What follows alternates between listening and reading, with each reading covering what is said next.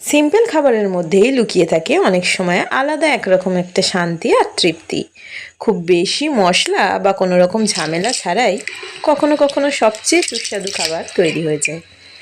আজ আমি তোমাদের সাথে সেরকমই একটা ওয়ান পট মিল রেসিপি শেয়ার করতে চলেছি। এই রান্নার সবচেয়ে বড় সুবিধা হলো সব উপকরণ একসাথে একটাই পাত্রে দিয়ে রান্না করা হয়ে যাবে। এতে সময়ও যেমন কম লাগবে, বাসনও কম ময়লা হবে, আর রান্নাটাও খুব সহজে হয়ে যায়। যারা ব্যস্ত থাকো বা দ্রুত কিছু হেলদি রেসিপি করতে চাও, তাদের জন্য এই মিলটা কিন্তু একদম পারফেক্ট। যে কোনো তোমরা এখানে আরও কিছু আমি সেরকম দেখবে কোনো সবজি অ্যাড করিনি, তোমরা মনে করলে কিন্তু এখানে সবজিও অ্যাড করতে পারো। তো আমি একবারে সমস্তটা দিয়ে দেখতেই পাবে রান্না করে নেব ওয়ান পট মিল। কিন্তু ঘরোয়া উপায়ে হলেও এটা কিন্তু একদম কমফর্টিং, একদম স্যাটিসফাইং একটা রেসিপি।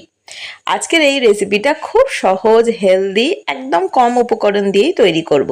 তো চলো রেসিপিটা তোমাদের সাথে শেয়ার করা যাক।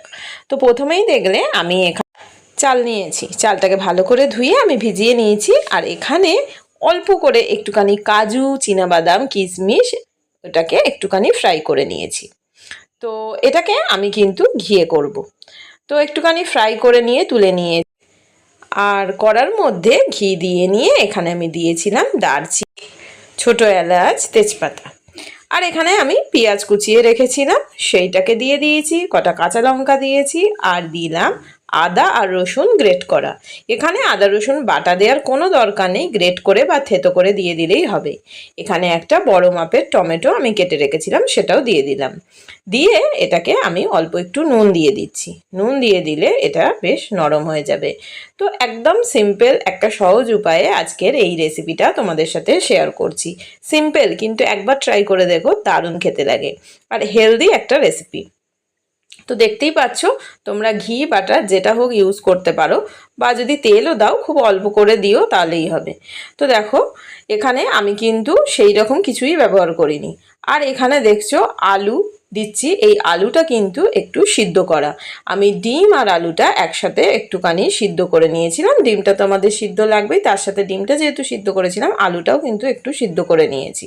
তো আলুটা যদি কেউ মনে করো যে আলু সিদ্ধ করবে না, এমনি হালকা করে একটুখানি ভেজে নেবে, ভেজে নিতে পারো। কিন্তু আমি যেহেতু এখানে হেলদি রেসিপি হিসেবে এটা শেয়ার করছি, আমি আলুটাকে একটুখানি ভাপিয়েই নিয়েছিলাম, তাতে তেলটা আমার সেরম লাগবে না, এর সাথে নেড়ে চেড়ে নিলেই হবে। তো ডিমও সিদ্ধ করা ছিল, এখানে আমি 4টে ডিম ব্যবহার করেছি। তোমরা যে যটা ডিম এখানে অ্যাড করবে করতে পারো তোমাদের পরিমাণ মতো। তো যাই হোক, ওপরে আরেকটু নুন দিয়ে দিলাম। চালটাকে আমি কিন্তু একটু ভিজিয়ে রেখেছিলাম আধ ঘন্টা মতো, যাতে তাড়াতাড়ি এটা হয়ে যাক। এবার এই চালটা ভালো করে জলটাকে ঝরিয়ে নিয়ে দিয়ে দিচ্ছি। এবার এর সাথে এটা কিন্তু একটু নাড়াচাড়া করে নেব ভালো করে।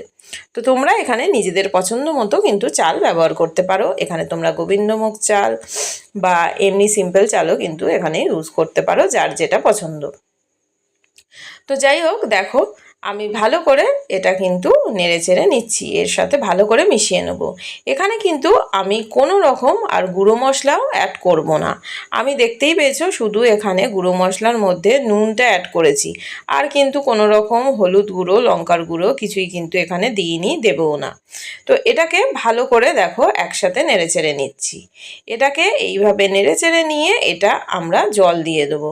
এখানে আমি ধরো 2 কাপ চাল নিয়েছি, এখানে আমি কিন্তু 4 কাপ, মানে যতটা চাল নেবে আমি একবারে মেপে নিয়েছিলাম, জলটা দিয়ে আমি একবারেই ঢেলে দিলাম।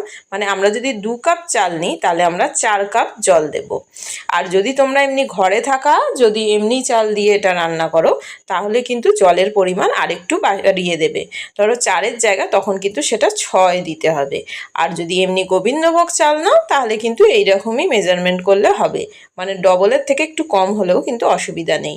আর একটু নুন দিলাম, আর যে কালারটা হয়েছে সেটা কিন্তু টমেটোর জন্য। আর এক্সট্রা আমি কিন্তু কোনো রকম কোনো হলুদ বা লঙ্কার গুঁড়ো ব্যবহার করিনি। তো দিয়ে আমি এটাকে দেখো ঢেকে নিয়েছি। একটুখানি জাস্ট খুলে তোমাদেরকে দেখাচ্ছি, এখনও একটুখানি বাকি আছে। তো দেখো আমি একটুখানি নেড়ে দিচ্ছি যাতে তলাটা না ধরে যায়। এটা কিন্তু খেতে দারুণ লাগে, হেলদি একটা রেসিপি। আর একদম যদি হাতে সময় কম থাকে তাহলে কিন্তু অবশ্যই এটা বানিয়ে নিতে পারো। তো আরেকটু বাকি আছে, আমি আরেকটুখানি ঢেকে দেবো, কিন্তু এখানে আমি যে বাদাম আর কিশমিশটা ভেজে রেখেছিলাম সেটা আমি দিয়ে দিচ্ছি। দিয়ে দেখো একটুখানি খুলে দেখাই, দেখো এটা প্রায় হয়ে এসছে, জাস্ট একটুখানি এরকমই রেখে দেখো, একদম ঝরঝরে, দেখে বুঝতেই পারছো।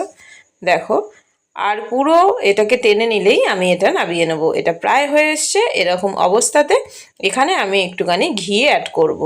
আমি এখানে কোনো রকম কোনো গুঁড়ো মশলা কিন্তু অ্যাড করছি না। তোমরা যদি কেউ মনে করো যে এখানে একটুখানি গরম মশলার গুঁড়ো অ্যাড করবে, করতে পারো, কিন্তু আমি নিজে এখানে কিন্তু কোনো গরম মশলা গুঁড়ো অ্যাড করিনি। তো থ্যাঙ্কস ফর ওয়াচিং। সবাই খুব ভালো থেকো, সুস্থ থেকো, সাবধানে থেকো। যদি ভালো লেগে থাকে লাইক, কমেন্ট, শেয়ার করো। টাটা।